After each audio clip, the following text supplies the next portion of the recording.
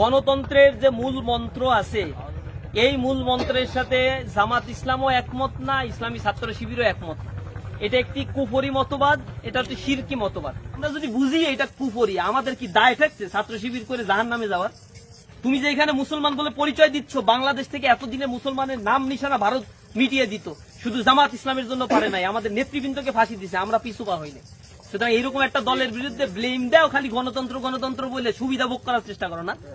তন্ত্র অনুসরণ করে ইসলাম প্রতিষ্ঠার কাজ ইসলামী ছাত্র শিবির করছে, এই ধারণা আপনার মধ্যে আছে, এটাই হচ্ছে ভুল ধারণা।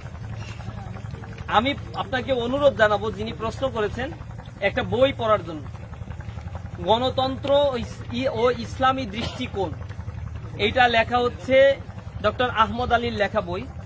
আর একটা আছে হচ্ছে মাওলানা মতিউর রহমান নিজামী জেলখানায় বসে লিখছেন ক্ষমতার রাজনীতিতে অংশগ্রহণ, ক্ষমতার রাজনীতিতে অংশগ্রহণ। এই দুইটা বই পড়লে আশা করি কিছুটা ক্লিয়ার হবেন আপনি। গণতন্ত্রের যে মূল মন্ত্র আছে এই মূল মন্ত্রের সাথে জামাত ইসলামও একমত না, ইসলামী ছাত্র শিবিরও একমত না।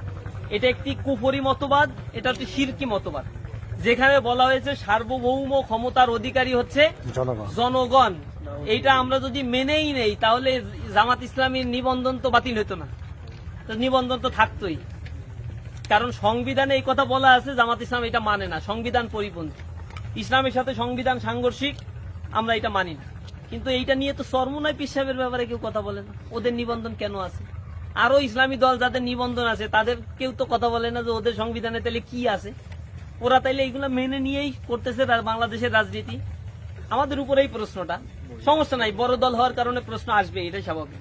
গণতন্ত্রের বেসিক কিছু ফান্ডামেন্টাল জায়গা আছে, যেই জায়গার সাথে আমরা 100% একমত না, দ্বিমত। গণতন্ত্রকে আমরা ওই মতবাদের উপরে যারা চিন্তা করে তাদেরকে আমরা বলি এরা কুফরি মতবাদের উপরে আছে। গণতন্ত্র ইসলাম সাপোর্ট করে না। ইসলামের সিস্টেমটা কি? ইসলামের নির্বাচনের সুনির্দিষ্ট কোনো পদ্ধতি নাই। যদি সেটা থাকতো তাহলে আল্লাহ রাসূল স্পেসিফিক করে দিয়ে যেতেন। 4 খলিফার নির্বাচন পদ্ধতি ছিল 4 রকম, এবং এক একটা আরেকটার সাথে সাংঘর্ষিক না। এই ব্যাপারে কেউ ফতোয়া দেয়নি যে 4 খলিফার নিয়মটা ঠিক না, অথবা ওমর ইবনে আব্দুল আজিজ যে পদ্ধতিতে খেলাফত গ্রহণ করেছেন, খলিফা হয়েছেন, এই পদ্ধতি ঠিক না, এরকম তো কেউ বলে না। নির্বাচনের ইসলামের সর্বজন স্বীকৃত কোনো পন্থা এখন পর্যন্ত আবিষ্কার হয়নি, বের হয়নি। যখন মুসলমানদের হাতে খেলাফত ছিল, খলিফা ছিল, এবং মুসলমানদের না সারা পৃথিবীতে যখন কলোনিয়ালিজম ছিল, কলোনি ছিল, ইউনাইটেড স্টেট ছিল না, এবং জাতিসংঘ তৈরি হয়নি, পৃথিবীতে যার ক্ষমতা যখন যেভাবে ছিল তারাই তো সেই দেশ দখল করে নিত। একটা সময় ছিল না এরকম, কোন দেশের কোনো সভরেন্সি ছিল না, জাতিসংঘের ফরমেশন ছিল না। জাতিসংঘ তৈরি হয়েছে 1945 সালে, দ্বিতীয় বিশ্বযুদ্ধের পরে। এখন দ্বিতীয় বিশ্বযুদ্ধের আগে কি ছিল? ব্রিটেন দখল করে রাখছিল আমাদের এই ভারতবর্ষ। ভারতবর্ষ স্বাধীন হয়েছে কবে? 1947 সালে। আর ব্রিটেন আমাদের কাছে কিভাবে দখল করছে? ওর ক্ষমতা ছিল তাই দখল করছে। এই ভারতবর্ষ আগে কারা শাসন করত? প্রাগ ঐতিহাসিক কালে এই ভারতবর্ষ শাসন করতে হচ্ছে দ্রাবিড়রা। দ্রাবিড়দের হটিয়ে দিয়ে ক্ষমতা দখল করেছে আর্যরা। আর্যদের অনেক পাওয়ার ছিল, এই আর্যরা দীর্ঘদিন ধরে শাসন করে গেছে। তারপরে এই অঞ্চলে ইন্দো ইউরোপিয়ানরা আসছে, তারপরে এইখান থেকে আরো বলশেবিকরা, তারপরে এই যে বিভিন্ন এলাকা থেকে এসে তো এইখানে শাসন ব্যবস্থা পরিচালনা করছে। পর্তুগিজরা আসছে, তারপরে হচ্ছে ডাচরা আসছে, ওলন্দাজরা আসছে।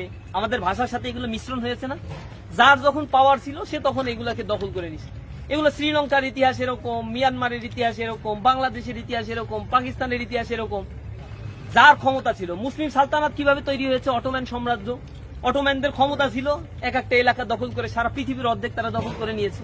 তো পৃথিবীতে ফেডারেল রাষ্ট্রের কনসেপ্ট, ছোট ছোট এই জাতি রাষ্ট্রের কনসেপ্ট গুলো 1945-এর আগে ছিল না। সুতরাং তখন নির্বাচন পদ্ধতির ব্যাপারে চিন্তা করারও দরকার ছিল, তখন জনগণের ভোটাধিকার এই সেইরও দরকার ছিল না। ক্ষমতা যার সেই চালাবে সবকিছু, স্বাভাবিক বিষয় ছিল। কিন্তু যখন 1945 সালের পর থেকে এই ফেডারেল রাষ্ট্রের এই সিস্টেমটা ডেভেলপ করলো, এবং 1945 সালের পর থেকে পৃথিবীতে কোনো খেলাফত প্রতিষ্ঠিত হয় নাই, যে পূর্ণাঙ্গ ইসলামী খেলাফত কায়েম হয়েছে। কিছুদিন আগে শুধু আফগানিস্তানের ক্ষেত্রে আমরা দেখেছি, তারা আমেরিকার হাত থেকে স্বাধীনতা পেয়ে দীর্ঘ 22টা বছর যুদ্ধ করছে আমেরিকার বিরুদ্ধে। তার আগে তারা রাশিয়ার বিরুদ্ধে যুদ্ধ করছে। এটা একটা রাষ্ট্র আর একটা রাষ্ট্রের বিরুদ্ধে যুদ্ধ করছে, এবং সেই রাষ্ট্রের যারা নির্বাচিত প্রধান ছিল তালেবান বা এই সরকারি হচ্ছে এই আমেরিকার বিরুদ্ধে তারা যুদ্ধ করছে, রাষ্ট্র বনাম রাষ্ট্র। এখানে আফগানিস্তান নিজেদের মধ্যে যুদ্ধ করে নাই, এরকম না, যুদ্ধ করছে রাষ্ট্রের সাথে রাষ্ট্রের যুদ্ধ। বাংলাদেশে যদি ভারত যুদ্ধ করতে আসে তাহলে আপনাদেরও অস্ত্র নিয়ে নেমে যেতে হবে, এই ব্যাপারে কোনো কনফিউশন নাই। কারণ আপনি এখন যুদ্ধ করবেন কাদের বিরুদ্ধে? আপনার ওই মামা আওয়ামী লীগ করে, তার বিরুদ্ধেই তো যুদ্ধ করবেন। সেও তো মুসলমান, সে তো আল্লাহকে স্বীকার করে। আল্লাহ রাসূল বলছে যে লা ইলাহা ইল্লাল্লাহ বলে তার বিরুদ্ধে যুদ্ধ করতে পারবা না তুমি। এখন এই কুফরি টুফরি এই নিয়ে মতভেদ আছে। একটা গ্রুপ মনে করে যে না সে কাফের, আর একটা বড় আলেমরা মনে করে যে না এ কাফের না।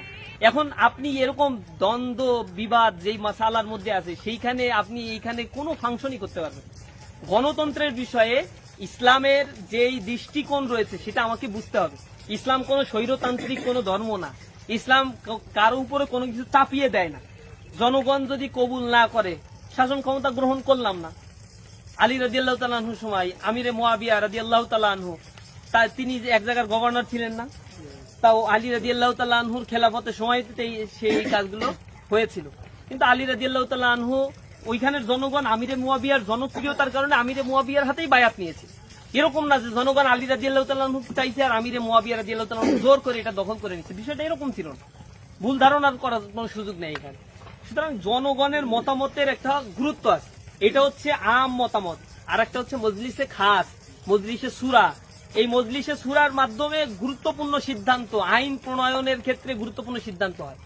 ইসলামী রাষ্ট্র যদি কায়েম হয় সেখানে ইসলামের যে ফৌজদারি দণ্ডবিধি 52টার কথা বলা আছে সিআরপিসিতে, ইসলামী দণ্ডবিধির 52টার কথা বলা আছে, এই ব্যাপারে কোনো হাত দেয়া চলবে না। ইসলামের আইন হচ্ছে কেউ চুরি করলে তার হাত কেটে দাও। হাত কেটে দেওয়ার ব্যাপারেও তো ইসলামী আইন শরীয়তের বিধিবিধান আছে। কতটুকু চুরি করলে আসলে কতটুকু হাত কাটা হবে এর একটা বিধান আছে না? একজন ব্যক্তি প্রচন্ড ক্ষুধায় আক্রান্ত, মানুষের কাছে খাদ্য চেয়ে পাচ্ছে না, নিজে বাঁচার জন্য চুরি করছে, এইটা যদি প্রমাণিত হয় ইসলাম কি তার হাত কাটতে বলবে? এগুলো তো ফতোয়া আছে বিভিন্ন রকমের। তো কিন্তু ইসলামে ফৌজদারি যে দণ্ডবিধির কথা বলা আছে, জেনা করলে প্রমাণিত হয়ে গেলে পাথর মেরে, যদি বিবাহিত হয় তাকে মেরে ফেলো, এই বিধানের ক্ষেত্রে কোনো কাটছাট করা যাবে না। কিন্তু রাষ্ট্র পরিচালনার ক্ষেত্রে উদ্বুদ্ধ অনেক আইন কানুন করতে হয়। যেমন হুন্ডি বাট্টা হচ্ছে, বাংলাদেশ থেকে টাকা পাচার হয়ে চলে যাচ্ছে, এদেশের অর্থনীতির জন্য এটা ক্ষতির কারণ। তো এইটা বন্ধ করার জন্য আইন করতে হবে না? এখন এই আইন কি কোরআনে আছে? এখন এই আইনের যদি সংসদে একটা মানুষ আইন করে যে না এই কাজটা করলে সে এটা অন্যায় করছে, এটা বন্ধ করতে হবে, এইটা যদি সে করে 10 বছরের জরিমানা হবে, 10 বছরের জেল এবং জরিমানা হবে, তাহলে এইটা কি সে নিজের হাতে আইন তুলে নেওয়া হবে? না, আইন প্রণয়তা সে নিজেকে মনে করছে, এটা আহাম্মকের মতো একটা প্রশ্ন। তাহলে তো হচ্ছে যারা ইজমা কিয়াস করে তারাও আইন প্রণয়ন করে ফেলছে, ফতোয়া দিচ্ছে, মানে আল্লাহর চাইতে বেশি বুঝে গেছেন। উল্টা পাল্টা কিছু প্রশ্ন টশ্ন বিভিন্ন জায়গায় করা হয়। গণতন্ত্রের দৃষ্টিকোণটা ক্লিয়ার ভাবে বুঝতে হবে। প্রচলিত গণতন্ত্রে জামাত ইসলাম বিশ্বাস করে না। জামাত ইসলামের যে নির্বাচন যে পদ্ধতি, এই পদ্ধতিতেই জামাত ইসলাম কার্যক্রম পরিচালনা করে থাকে। ইসলামী রাষ্ট্র গঠিত হলে কি ফর্মুলায় রাষ্ট্র পরিচালিত হবে তার সুনির্দিষ্ট ফর্মুলা জামাতের কাছে আছে। দ্বিতীয়ত হচ্ছে জামাত ইসলামী এখন এই নির্বাচন প্রক্রিয়া এই সরকারের অধীনে কেন যায়? সংসদে গিয়ে যে আইন প্রণয়ন করে জামাত তো সেখানে বসে থাকে, ওইখানেই তো আইন হয়। তো অ্যালকোহল নীতিমালা বা মদ খাওয়ার আইন যদি হালাল বৈধ হয়ে যায় আর সেই সংসদে যদি জামাতের লোক থাকে, তাহলে আইন প্রণয়নের সাথে জামাত যুক্ত হয়ে গেল না? নিজেকে তারা আইন প্রণয়তা মনে করে ফেলেন না? এরকম ফতোয়া দেয়। জেলখানায় গিয়ে এক্সট্রিমিস্টদের সাথে আমার কথা হয়েছে, তো আমি বলি এটা কোন ধরনের আহাম্মকের মতো কথা বললাম? জামাত ইসলাম যতদিন সংসদে ছিল এর আগেও তো মদ হালাল করার জন্য সংসদে বিল পাস হয়েছে, উত্থাপন করা হয়েছে। সেই বিলের বিপক্ষে বলিষ্ঠ ভূমিকা রেখেছে তো জামাত ইসলাম। সাইদি হুজুরের বক্তব্য সেটা রেকর্ড পাওয়া যায়। তিনি বলছেন যে কিয়ামত পর্যন্ত কোনো হারামকে হালাল করার সুযোগ নেই। সাইদি হুজুরকে স্পেশাল রুমের ভিতরে নিয়ে বোঝানোর চেষ্টা করা হয়েছে যে হুজুর এইগুলো চলবে না, আমরা তীব্র আন্দোলন করব, সংসদে দাঁড়াইতে দেব না, আল্লাহর আইনের বিরুদ্ধে কথা বলা যাবে। তাহলে সংসদে যদি জামাত না থাকে তাহলে এই কথাটা বলবেটা কে? সংসদে ঢোকার সময় মাথা নিচু করে ঢুকতে হইতো। জামাত সংসদে প্রথম যে বলছে নিচু করে ঢুকবে কেন? আল্লাহ ছাড়া কারো কাছে মাথা নিচু কেউ করে না, সালাম দিয়ে ঢুকতে হবে। এখনো রেকর্ড হয়ে আছে, সংসদে যে ঢোকে সালাম দিয়ে ঢুকে। এগুলো পাল্টাইছে কারা? যারা বলে এরা পাল্টাইছে। বাংলাদেশের ইসলামী সংস্কৃতি, ইসলামী অর্থনীতি, শিক্ষা ব্যবস্থা, মাদ্রাসা, আলিয়া মাদ্রাসার শিক্ষা ব্যবস্থা, মানুষকে ইসলাম মানানোর ক্ষেত্রে জামাত ইসলামের যে অবদান, এই অবদান যারা এরকম প্রশ্ন করে বেড়ায়, এরা এইগুলো অবদান, আমি বলছি তোমাদের কি অবদান আছে? আমাদের অবদান এইগুলো। তোমার অবদান বলো। তুমি যে এখানে মুসলমান বলে পরিচয় দিচ্ছ, বাংলাদেশ থেকে এতদিনে মুসলমানের নাম নিশানা ভারত মিটিয়ে দিত, শুধু জামাত ইসলামের জন্য পারে নাই, আমাদের নেতৃবৃন্দকে ফাঁসি দিছে, আমরা পিছু পা হইনি। সুতরাং এইরকম একটা দলের বিরুদ্ধে ব্লেম দাও, খালি গণতন্ত্র গণতন্ত্র বলে সুবিধা ভোগ করার চেষ্টা করো না।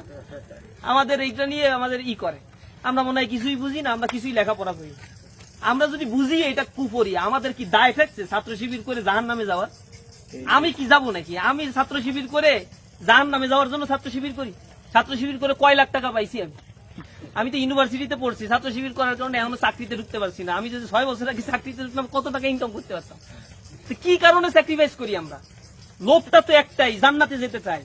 এখন এই লোভটা করি জান্নাতে যাওয়ার জন্য, কোন একটা কাজের জন্য জাহান্নামে যাবো আর সেই কাজই আমি করতে থাকবো, এরকম বোকা কি আমি নেই?